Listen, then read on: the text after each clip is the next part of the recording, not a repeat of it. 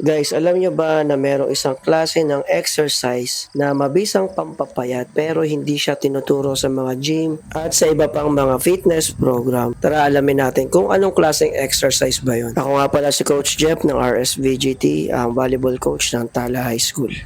Ang pinakamahirap na gawin tuwing mag-exercise ay ang mag-umpisa or kung paano ba tayo magsisimula. Kailangan mong gumising ng maaga at mag-ready ng mga isusuot mo. Tapos syempre, antok na antok ka pa. So nakakatamad talaga mag-umpisa. Pero hindi dapat tayo magpatalo sa katamaran. Sabi nga wala na tayo sa pasarapan ng buhay. Nasa pahabaan na tayo ng buhay. So kailangan natin isipin na may mga taong umaasa sa atin. So dapat lagi tayong malusog at healthy, di ba? So mas maganda na umpisahan natin ito ngayong January. Lalo na ang nakaraang December reunion natin with our families. Medyo naparami yung kain natin. So siguro may iba sa inyo ay napainom din. So napasobra, ika nga. Pero ayaw naman natin maging KJ kaya napakain tayo ng todo. Guys, ako inuumpisahan ko yung exercise ko dyan sa pag-prehab or yung stretching. So minsan gumagamit ako ng bands, gaya ng ginamit ko kanina, yung black. Ayan din, yung ginagamit ko yan, yung resistance bands. Mainam yan na gamitin para ma-stretch yung ating katawan. Kung wala kayong resistance bands, pwede naman kayong gumamit ng lumang interior ng gulong or mga improvised na gamit. Pero kung wala, okay lang din naman. Ang importante nag-stretching kayo. Guys, mainam na mag-stretching tayo bago tayo mag-exercise ng todo.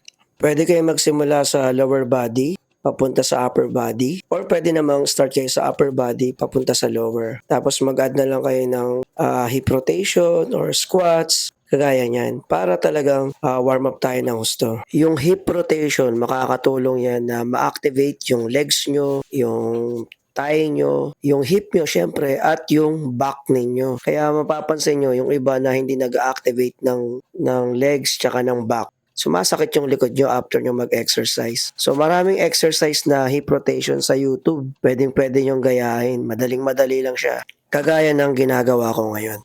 Nga pala guys, kung mapapansin nyo, dito na ako sa bahay nagwa-warm up para hindi ko nadalhin yung mga puzzle mat, yung mga resistance bands, at yung iba pang equipment para makasave din tayo ng time, di ba? Kasi yung exercise ko is 1 hour lang every morning. Guys, wag nyo nga palang kalimutan syempre maghilamos at mag-toothbrush. So tapos na ako mag-toothbrush dyan, di lang na-videoan. At syempre hilamos para maayos tayo tignan pag nakita tayo ng mga kakilala natin. Lalo na pag teacher ka, dami mong kakilala sa labas So yan, para fresh tayo, di ba?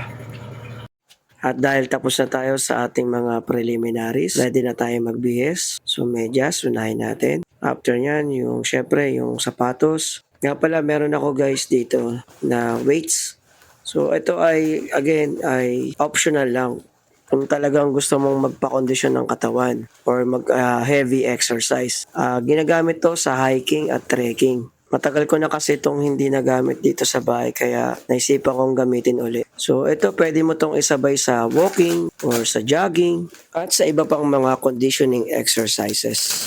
Ang kagandahan sa weights na to, pwede mong i-adjust yung bigat, pwede mong dagdagan, pwede mo ring bawasan. Kung interesado ka sa weights na to, sige ilalagay ko yung link sa description. After ko nga pala to masuot, pinatungan ko to ng sando para pag naglalakad ako, hindi naman halatang halata na naka-weights ako. At yan, at mukhang ready na. Tara, at masasapatos na ako para makapaglakad na. Guys, ang exercise ko pala ngayon ay walang iba kundi walking. Yes, maglalakad lang ako ngayon habang naka-weights. Pero kung wala kayong weights sa bahay, okay lang din yan. Importante ay meron kayong exercise. Nga pala, dito ako naglalakad sa Sitaroma. Guys, wag niyong i-underestimate ang walking exercise. Mabisang mabisa yan sa pagpapapayat, lalo na kung araw-araw yung gagawin. Or pwede rin twice a day yung gagawin. Maglakad kayo sa umaga, maglakad din kayo sa hapon. Or pwede rin kayo maglakad sa gabi. Mas maganda yan kung 1 hour talaga ang gagawin nyo. Or 30 minutes kung talaga medyo busy. Basta araw-araw lang. So imagine niyo yung itsura niyo nung high school kayo at nung college kayo. 'Di ba ang papayat ninyo or ang papayat natin? Kasi nga mas madalas tayong maglakad ng mga panahon na 'yon. At hindi lahat ng fitness center or mga gym ay tinuturo yan yung paglalakad. Although sinasama yan sa exercise, pero ang walking ay the best na exercise para pumayat. Basta syempre dapat 1 hour or more ang gagawin yung paglalakad. At araw-araw yun siyang gagawin or mas madalas na gawin ito sa bawat linggo. Yun lang mga ka-rising stars. Sana ay meron kayo napulot sa araw. Bye guys!